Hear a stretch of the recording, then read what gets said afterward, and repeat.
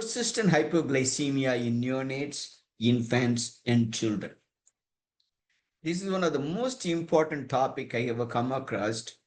Oftentimes, they are mismanaged. As a result, children undergo severe, devastating consequences.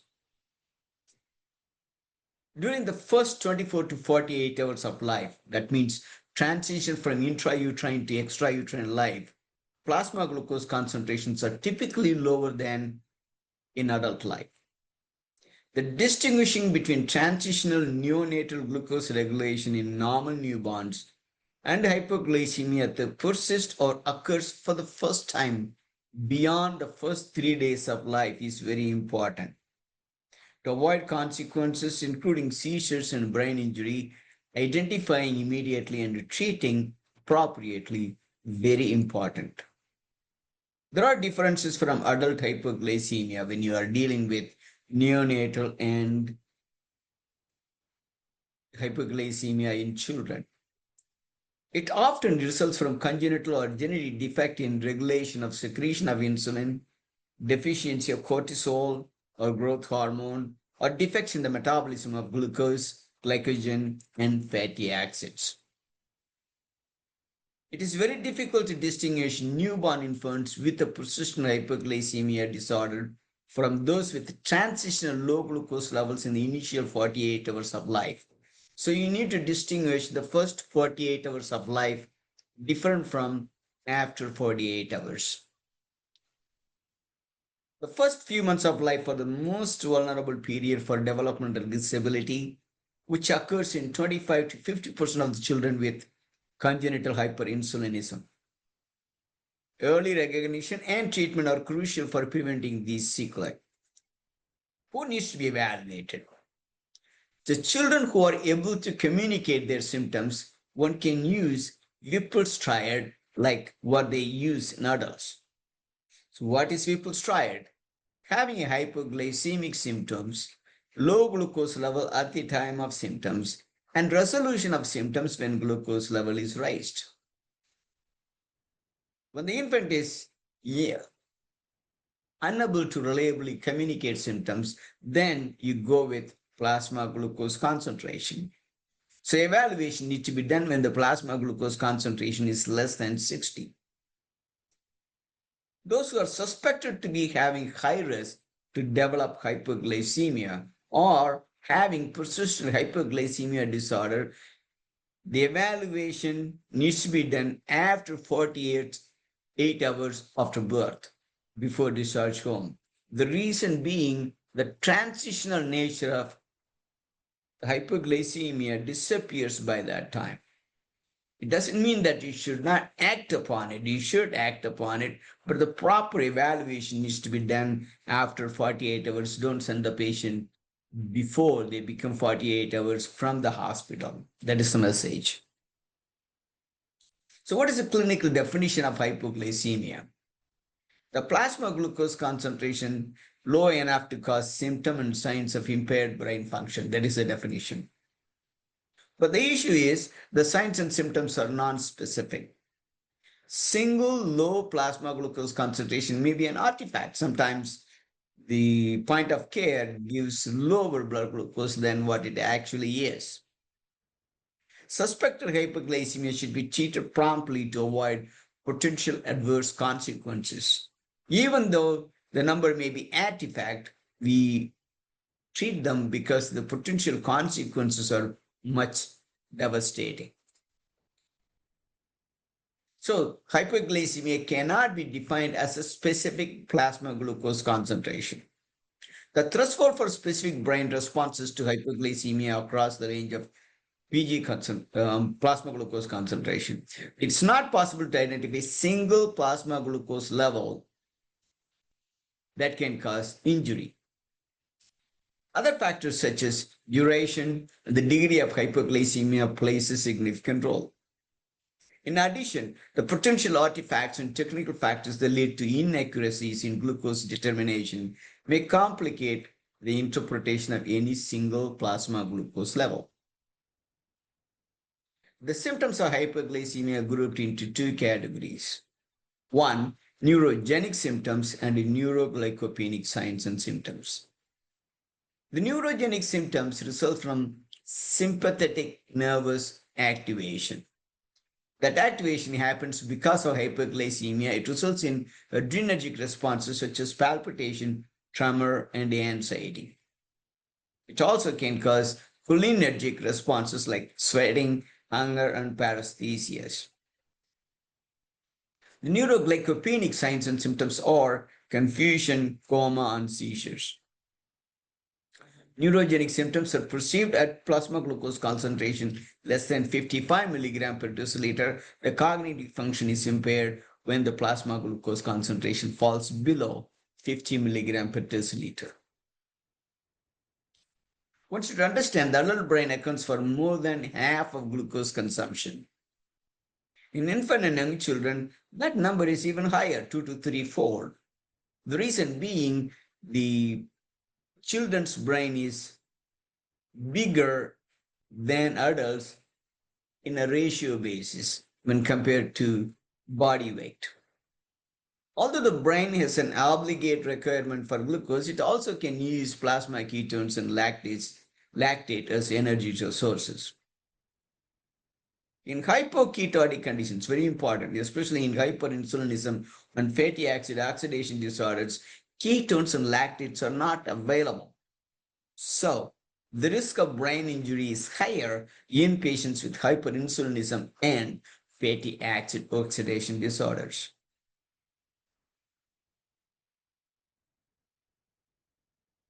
Neuroendocrine defenses against hypoglycemia. The first defense is suppression of insulin secretions when the plasma glucose falls below 85. When the plasma glucose falls below 65 to 70, then glucagon secretion and the activation of sympathadrenal system happens, like increasing epinephrine that causes gluconeogenesis. When the plasma glucose falls below 65, the levels of cortisol and growth hormone increase. So, the responses are sequential. First, suppression of insulin. Second, glucagon secretion in the sympathadrenal system if the plasma glucose falls below 65 and cortisol and growth hormone secretion increases. So recovery from periods of hypoglycemia usually complete. Severe and prolonged hypoglycemia can cause permanent brain injury. In the post-absorptive phase, the liver supplies the brain and other tissues the glucose by releasing glucose from stored glycogen and by gluconeogenesis. Adipose tissue lipolysis releases glycerol and fatty acids. These are energy substrates in skeletal and heart muscle, but not in the brain. But the free fatty acids are converted into ketone bodies like beta-hydroxybutyrate and acetoacetate that can be used by the brain as fuel or energy sources. After 2 to 3 days of age, the infants and children do not differ substantially from those in adults. Except the PG concentration, the plasma glucose concentration falls more rapidly and hyperketonemia develops sooner because energy needs are higher in children than adults because of the big brain size. This is a very important point to remember. Previous exposure to an episode of hyperglycemia can blunt, and repeated episodes can eliminate neurogenic responses to subsequent hypoglycemic episodes. It leads to reduced or absent awareness of hypoglycemia and impairs hepatic glucose release, perpetuating hypoglycemia. This is called hypoglycemia-associated autonomic failure. This is an important concept to understand because by avoiding hypoglycemia-associated autonomic failure, you can prevent perpetuation of hypoglycemia in that individual or in that patient. The hypoglycemia-associated autonomic failure can persist for more than 24 hours after a single episode of hypoglycemia, or even longer after repeated episodes. So it's very important to avoid hypoglycemia altogether. Exposure to recurrent hypoglycemia can shift the usual threshold for recognition of neurogenic symptoms 55 or lower level. So if you do not treat hypoglycemia, the neurogenic symptoms will develop to a lower plasma glucose level, thus causes more brain injury to the patient. The identification itself becomes less and less. So avoiding hypoglycemia associated autonomic failure is very important. We'll talk about that one. The features of hypoglycemic associated autonomic failure have been demonstrated in infants as young as 10 to 13 weeks. There are potential artifacts in measurement of plasma glucose concentration. When you send a blood glucose, the values are 50% lower than actual plasma glucose concentration. The reason being red cell glycolysis and delays in processing and assaying glucose can reduce the concentration 6 milligram per deciliter per hour. Some institutions use point of care estimation because you can get numbers fast. But point of care estimation also shown to have 10 to 15 milligram per deciliter lower than the real plasma glucose. So before establishing a diagnosis of hypoglycemia in neonates, infants, and children, it is essential to confirm plasma glucose with clinical lab method that needs to be transported and assayed immediately.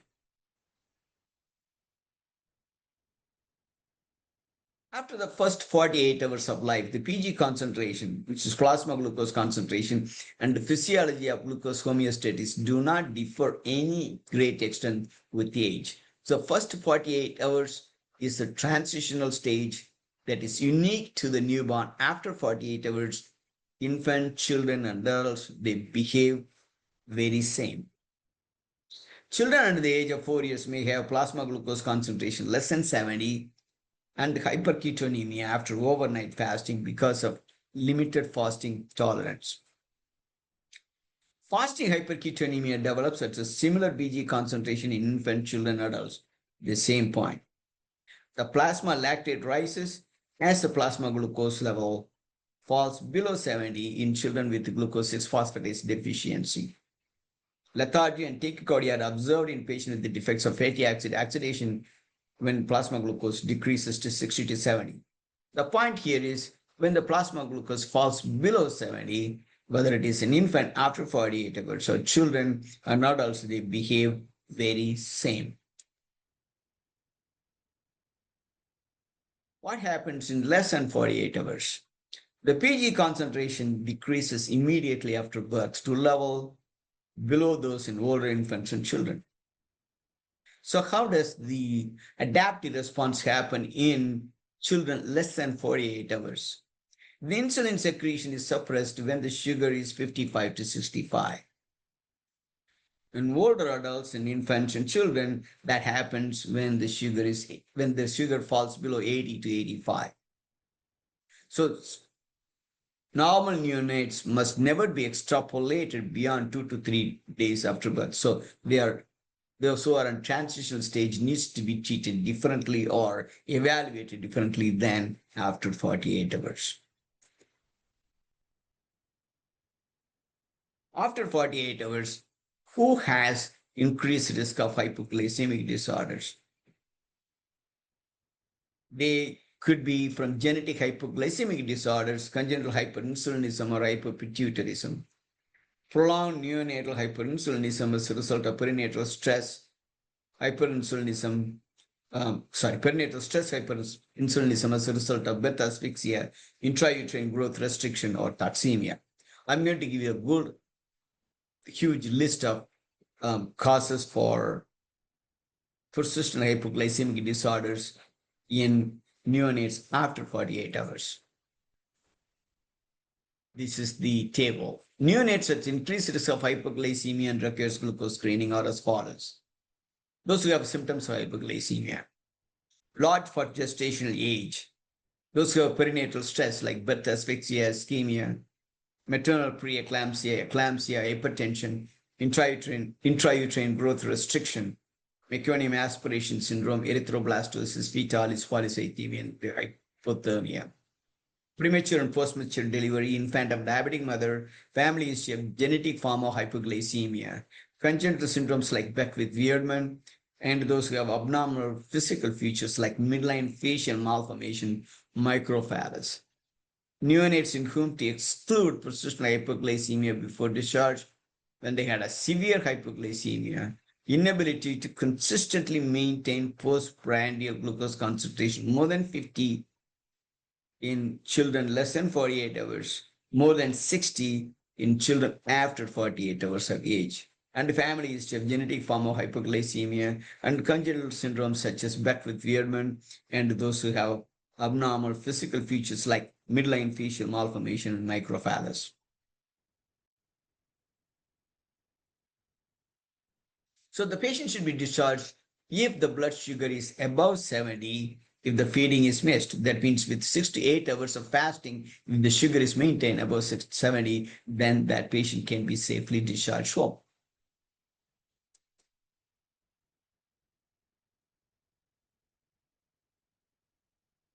So hypoglycemic disorders in older infants and children are uncommon, so one can use Whipple's trial to make the diagnosis. But in children, those who cannot communicate, the Whipple's triad cannot be applied. So close monitoring of high-risk neonates, very important. Number one, identifying the high-risk neonates and children, and they need to be closely monitored. So what are the workup or investigation need to be done? Thorough history need to be elicited, like episodes, timing, and its relationship to food, birth weight, gestational age, and family history. When you do a physical examinations, look for evidence of hypopituitarism like micropenis, cleft lip, or palate or short stature. Look for glycogenosis like hepatomegaly, recurrent abdominal pain, hyperpigmentation, anorexia, and weight loss that could happen with adrenal insufficiency. And Beckwith-Wiedemann syndrome will be very obvious. They will have amphicocele, MA hypertrophy, and macroglossia. Whenever possible, do specimen for identifying the etiology of hypoglycemia should be obtained. It's called critical sample. When the plasma glucose concentration is 50 or low, it elicits a metabolic and neuroendocrine response. Assays for plasma glucose, bicarbonate, beta-hydroxybutyrate, and lactate needs to be done right away. If you have an extra blood, can be held reserved for specific tests like plasma insulin, free fatty acids, C-peptide, plasma total, and free carnitine and acylcarnitine profile. Before we go into details about critical sampling, I want to show you the reasons for hypoglycemia in infants, neonates, and children. Defects in glycogenolysis. There are multiple reasons for it. The enzyme defect can be in different areas, ultimately results in glucose and other metabolic complications. I'm going to give you at the end of the presentation what are the important things you need to follow to make the diagnosis of glycogenolysis defects or gluconeogenesis defects, fatty acid oxidation disorder defects, so on and so forth. The defects in gluconeogenesis, there are humpty number of conditions can cause hypoglycemia as a result of defect in gluconeogenesis. Or the issue may be counter-regulatory hormone defects like growth hormone deficiency, cortisol deficiency, hypopituitarism, beta-adrenergic blocking agents, and most feared hyperinsulinism syndromes, infant of diabetic mothers, prolonged neonatal hyperinsulinism, potassium ATP channel hyperinsulinism, glucokinase hyperinsulinism, short chain 3-hydroxyacyl-CoA dehydrogenase deficiency. And there are other reasons for it. If you want to have extensive reading, please read the article published in Advances in Pediatrics in 2008. So what is critical sample comprises of? Critical sample needs to be obtained when the plasma glucose is 50 or below. Plasma level of glucose, bicarbonate, insulin, C-peptide, cortisol, growth hormone, beta-hydroxybutyrate, free fatty acids, lactate, ammonia, total and free carnitine, and the cell carnitine profile. And also urine samples for ketones and organic acid. So what are the caveats in conducting fasting study or interpreting critical sample?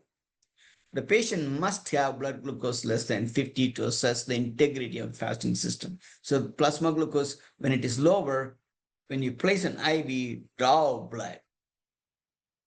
Then as soon as you draw blood, then give glucose to improve the hypoglycemia or treat the hypoglycemia. The patient is not hypoglycemic, all of the fasting system may not be fully activated. One should remember that. So critical sample requires a special tubes. You may not be ready at the time the patient gets to your urgent care or emergency department. So it is suggested to get serum bicarbonate, beta-hydroxybutyrate, free fatty acids, and urine ketone levels.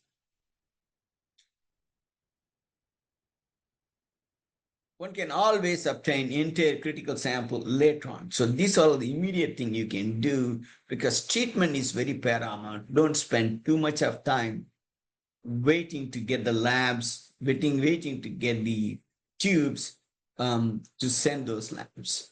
Get these labs and give glucose to address hypoglycemia.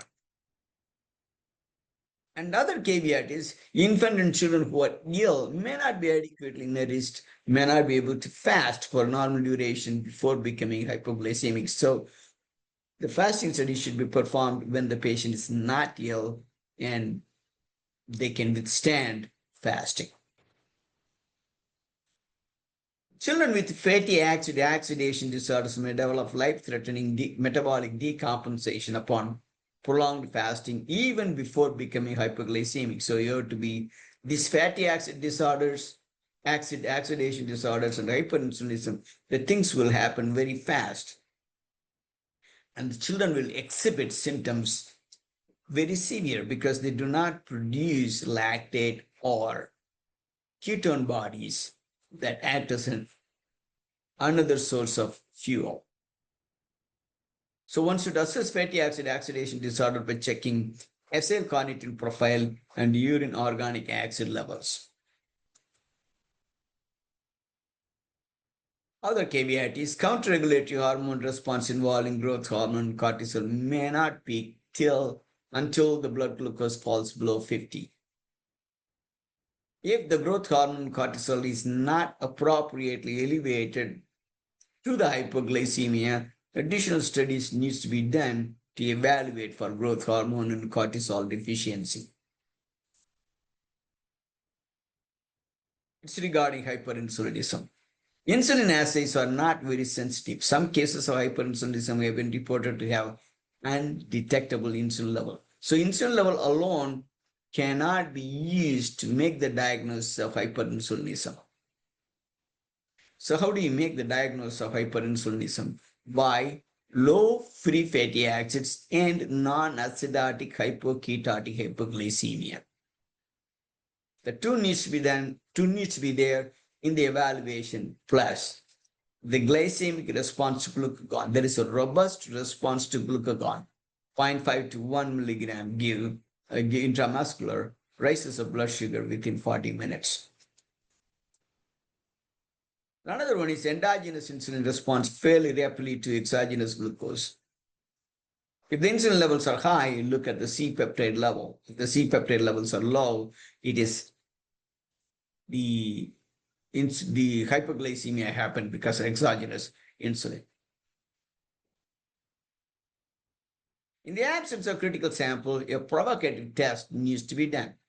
It can be done just fasting or creating plasma glucose falls below 50.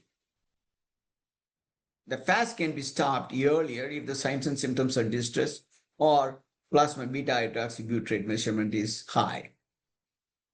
When you suspect hyperinsulinism, the fasting test can be terminated when the plasma glucose is less than 50 and the administration of glucagon 1 milligram. You can give IV, IM, or subcutaneous.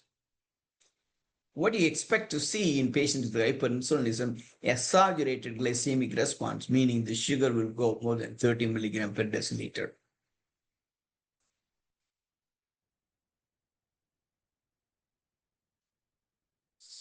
So based on the suspected diagnosis, additional tests should be considered like growth hormone, cortisol, total and free carnitine, acyl carnitine profile, C-peptide, proinsulin, and drug screening.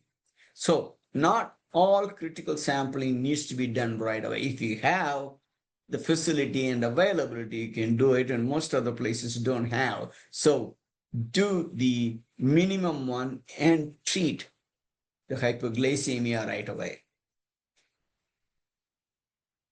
So if you suspect adrenal insufficiency, congenital occurred, get the ACTH, adrenocorticotropic hormone, and cortisol. Sometimes one need to do ACTH stim test.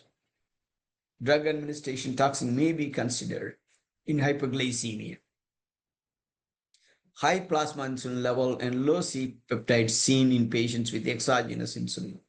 The drugs most commonly associated with hypoglycemia are insulin sulfonylureas, alcohol, beta blockers, and salicylates.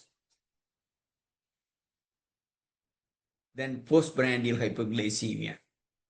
It is a complication of fundoplication or gastroesophageal reflux. The incidence of postprandial hypoglycemia in nascent fundoplication is 25 to 30%, or gastric bypass bariatric surgery for morbid obesity.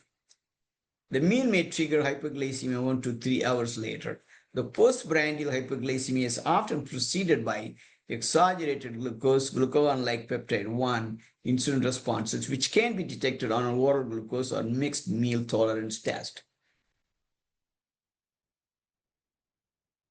How to manage? The neonate with suspected congenital hypoglycemic disorder and older infants and children, the goal of treatment to maintain plasma glucose more than 70.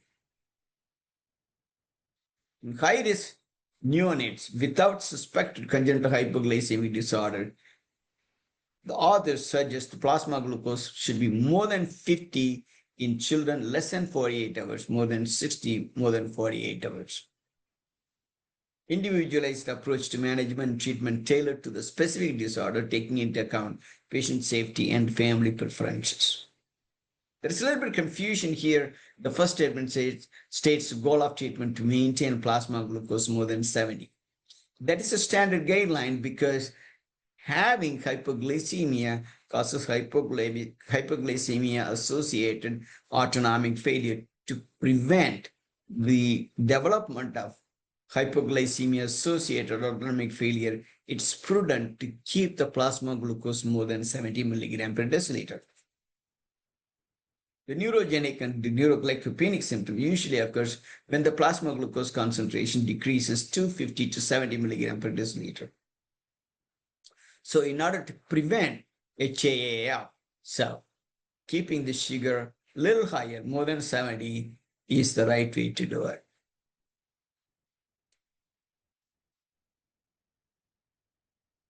So when to treat with IV glucose? Any episode of severe symptomatic hypoglycemia needs to be treated with IV dextrose infusion. In neonates, we use 10% dextrose. Very important, once we give a bolus, you need to start maintenance higher glucose concentration. My own practical, when the sugar is falling fast, get central line axis because 10% will not cut it. Sometimes you have to escalate the higher concentration IV fluids to 15, even 20%. So you cannot do that once. Having a central axis definitely will help to maintain the blood sugar. If you suspect hyperinsulinism, glucagon is the way to go.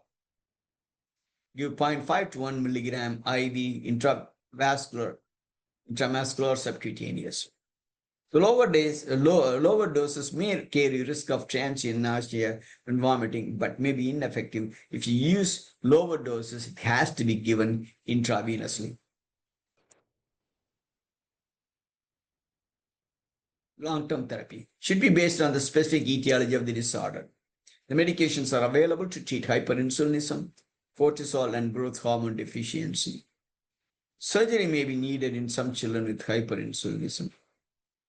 Nutritional therapy for disorders of glycogen metabolism and hereditary fructose intolerance. Avoidance of fasting in mild disorders. And to be careful when they are sick, meaning they are not able to eat adequately, they can predispose to develop hypoglycemia. When the patient presents with ketotic hypoglycemia, they should be re-evaluated for GSD0, one of the glycogen storage disorders, or MCT1 gene deficiency. The first hours after birth keep the mean plasma glucose concentration 55 to 60. After 48 hours, more than 70 is the goal needs to be achieved.